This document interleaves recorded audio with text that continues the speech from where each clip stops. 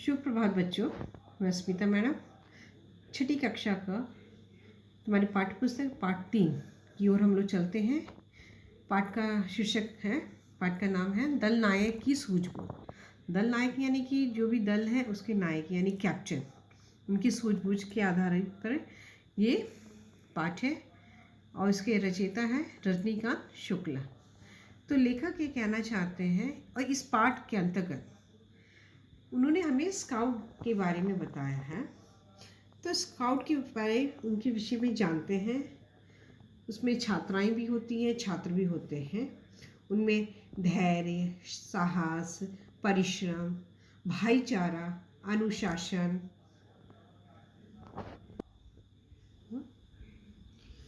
धैर्य, साहस, परिश्रम, भाईचारा, अनुशासन और कठिन परिस्थितियों में अपनी और दूसरों की रक्षा आदि गुणों के विकास करने के लिए स्काउटिंग कैंप लगाए जाते हैं।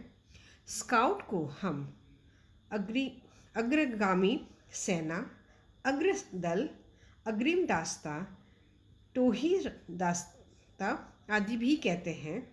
स्काउटिंग में अनेक प्रकार की सामाजिक सेवाओं का प्रशिक्षण दिया जाता है। जैसे कि आजकल कोरोना की विपत्ति में इन लोग हर तरह की मदद करते हैं, लोगों के पास जाते हैं, उन्हें खाद्य पदार्थ पहुंचा रहे हैं और समाज की सेवा करते हैं। तो इस पाठ में भी उसी तरह यहाँ पर बताया गया है स्काउट के बारे में। जो लेखक हैं उन्होंने सूझबूझ, दल नायक की सूझबूझ के द्वारा एक कहानी प्रस्तुत की है। तो चले हम कहानी की ओर निकलते हैं, देखते हैं क्या कहानी है। सचिन और गौरव अधिक उत्साह और रोमांच प्राप्त करने के चक्कर में अपने माता पिता की हिदायतों और दल नायक के निर्देशों को बिल्कुल भूल जाते हैं। ऐसे में दल नायक अपनी हिम्मत और सूझबूझ से क्या उन्हें बचा पाता है। तो यहाँ पर स्काउटिंग के लिए दोनों जाते हैं, सचिन और गौरव, लेकिन वो इतने उत्साह थे और नई नई जगह थे, रोमांच से भरे हुए जगह थे। उसी चक्कर में उनके माता पिता ने बहुत सारी हिदायत दी थी। जब हम नई जगह जाते हैं तो हमें बड़ों का कि उनकी आज्ञा का पालन करना चाहिए और जो दल नायक होते हैं उनकी बातें माननी चाहिए। लेकिन इन्होंने, सचिन और गौरव, उन्होंने बिल्कुल भी उनके निर्देशों को भूल जाते हैं और उनसे गलतियां होनी शुरू हो जाती। लेकिन जो दल नायक हैं अपनी हिम्मत से, सूझबूझ से दोनों को बचा लेते हैं। तो वही कहानी के माध्यम से बताना चाह रहे। तो कहानी को निकलते हैं। स्कूल में गर्मियों की छुट्टी होने वाली थी। सचिन और गौरव इस बार अपने गांव नहीं जा रहे थे क्योंकि उनके पिताजी ऑफिस के कार्य में व्यस्त थे। एक दिन उनके अध्यापक ने कक्षा में घोषणा की कि छुट्टियों में स्काउट शिविर नैनीताल जाएगा। सचिन और गौरव उछल पड़े।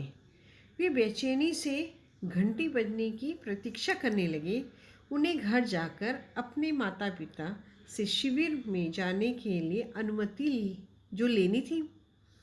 तो गर्मी की छुट्टियां हो रही थी, तो हर गर्मी छुट्टी में बच्चे अपने कभी नानी के घर, कभी घूमने के लिए कहीं दूसरे जगह घूमने के लिए जाते हैं। लेकिन इस बार सचिन और गौरव अपने गांव नहीं जा रहे थे क्योंकि उनके पिताजी के ऑफिस में कुछ ज़्यादा अधिक कार्य था, व्यस्त थे।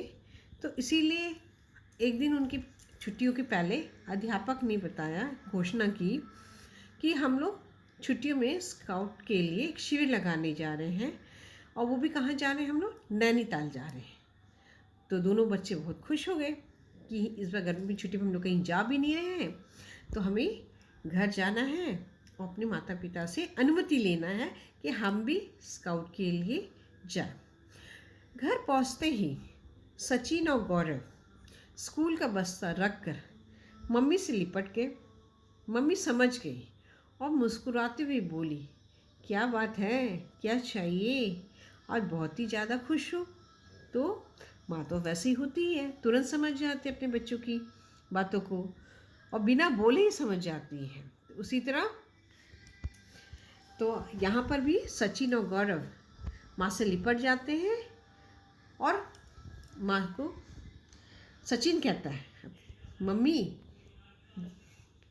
गर्मी में पहाड़ पर बहुत अच्छा लगता है ना, वहाँ बहुत मज़ा आता है। मम्मी बोली, हाँ हाँ, पर क्यों मतलब ये सारे प्रश्न क्यों पूछ रहे हो?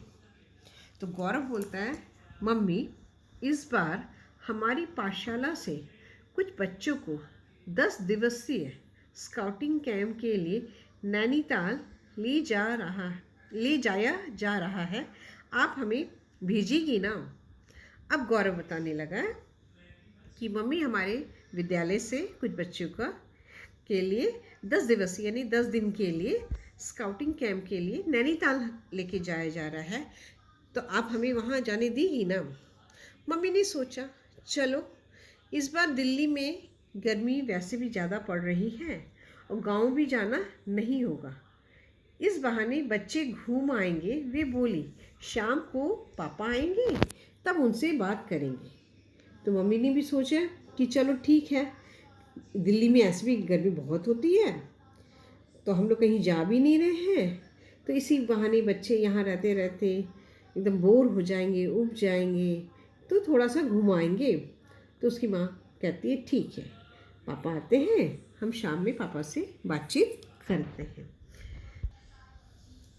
फिर सचिन और गौरव खुश हो गए, मतलब माँ ने इतनी बात कह दी, बहुत बड़ी बात हो गई। अच्छी मम्मी कह के वो खेलने चले। शाम को जब पापा आए तो खाने की मेज पर सचिन और गौरव ने मम्मी को इशारा किया कि मम्मी ने पापा को जब सारी बात बताई तो पापा बोले, मतलब इशारा किया कि मम्मी से कि मम्मी पापा से हमारे लिए बात कीजिए। तो पापा बोले, ठीक है, मुझे कोई ऐतराज़ नहीं है, मतलब उन्हें कोई दिक्कत नहीं है, उन्हें कोई आपत्ति नहीं है, लेकिन वहाँ तुम्हें अपने अध्यापक का कहना मानना होगा, वहाँ शरारत मत करना।